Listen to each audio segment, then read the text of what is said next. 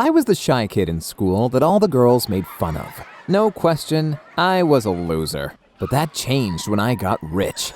Suddenly, hot girls couldn't wait to date me. Here is how it happened.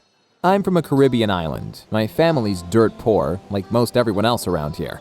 They called me a crazy pirate because I was obsessed with hidden treasure, the kind that's found in sunken ships. But I'm not crazy. Some shipwrecks are gold mines, like the San Jose, a Spanish warship that was sunk 200 years ago and found in 2015. It was filled with treasure worth 17 billion US dollars. Thing is, shipwreck treasure is buried deep. We're talking 50, 100 meters down in pitch black waters that are freezing cold. So, how did I search for them? I used a small wooden boat with camera equipment and lights on a long line I lowered down into the sea. Sounds exciting? Not really. Fishing for sunk treasure is pretty boring. Only my dream of becoming rich kept me going. After 3 years, I had found 2 small shipwrecks around 70 meters down. I borrowed scuba equipment to search them, but all I found was a worthless old pistol too rusty even to sell for scrap metal. Meanwhile, at school, Pedro made my life hell. He was popular and dating Maya, the hottest girl in our school. She didn't even know I existed until Pedro tripped me and spit on me on the ground. Maya said, "That's not nice, Pedro. He's just a little boy." "Oh, he's a loser." I was furious and promised myself that one day I would steal Maya away from him. I just didn't expect it to happen so fast. I stumbled on a massive shipwreck 110 meters deep. Scuba diving that deep is dangerous. It's so much pressure it feels like an elephant is sitting on your chest. But I was desperate. The ship was ancient and in splinters, but soon I found a cannon. And then a coin? I scraped off the buildup and gold shined from underneath. I got so excited I forgot about my oxygen levels. I kept digging until my tank was at 1%. Suddenly, I had trouble breathing. I became so dizzy that I can't remember how I got up. Thank God I survived. For 3 weeks, I skipped school and looted the wreck. All in all, I recovered 200 gold coins worth around 8 million US dollars. I buried my treasure in a safe spot that no one could find. Then I sold a few coins for 400,000 US dollars cash and bought myself a red Ferrari Portofino. Not bad for a 16-year-old. Everyone at school wanted a ride, including the girls. I took 2 of them for a trip before I parked the car and said, "Come on, lap girls." They eagerly came over, and then I had my first kiss with 2 girls at the same time. I was the alpha now, but that dirtbag Pedro couldn't accept it. "Oh, you inherited some money? Big whoop. Better watch your back, you show-off." He was mad, and I loved it. The same day, I messaged his girlfriend Maya on Instagram.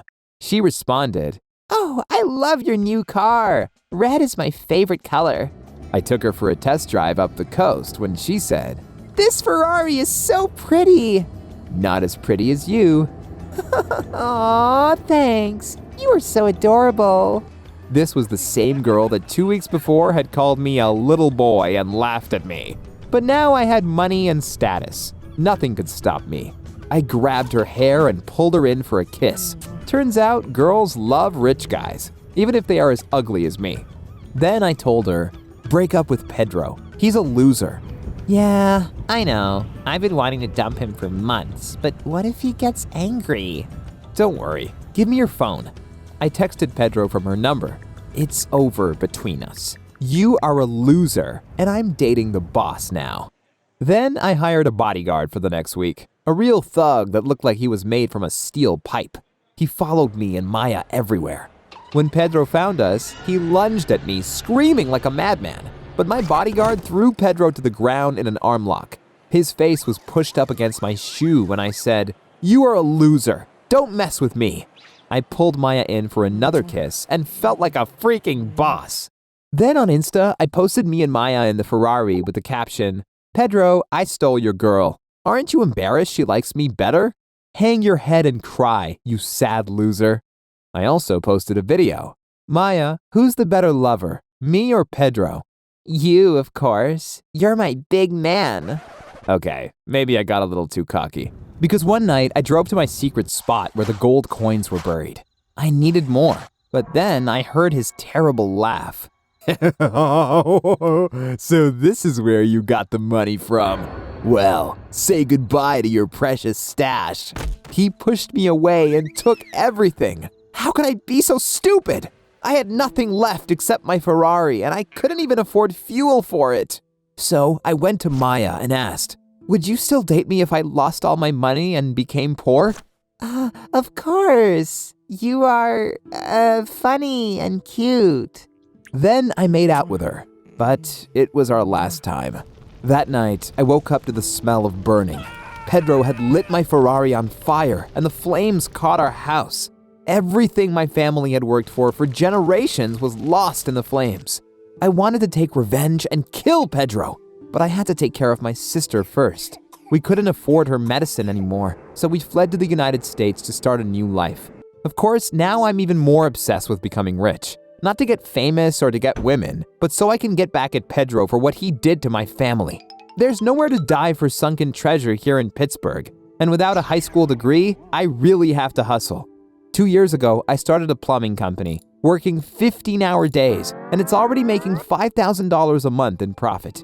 Now, I just have to scale it up.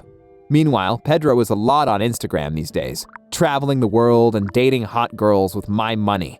I swear to God that he won't enjoy his new life for very long. Hey there. This is my story of growing up rich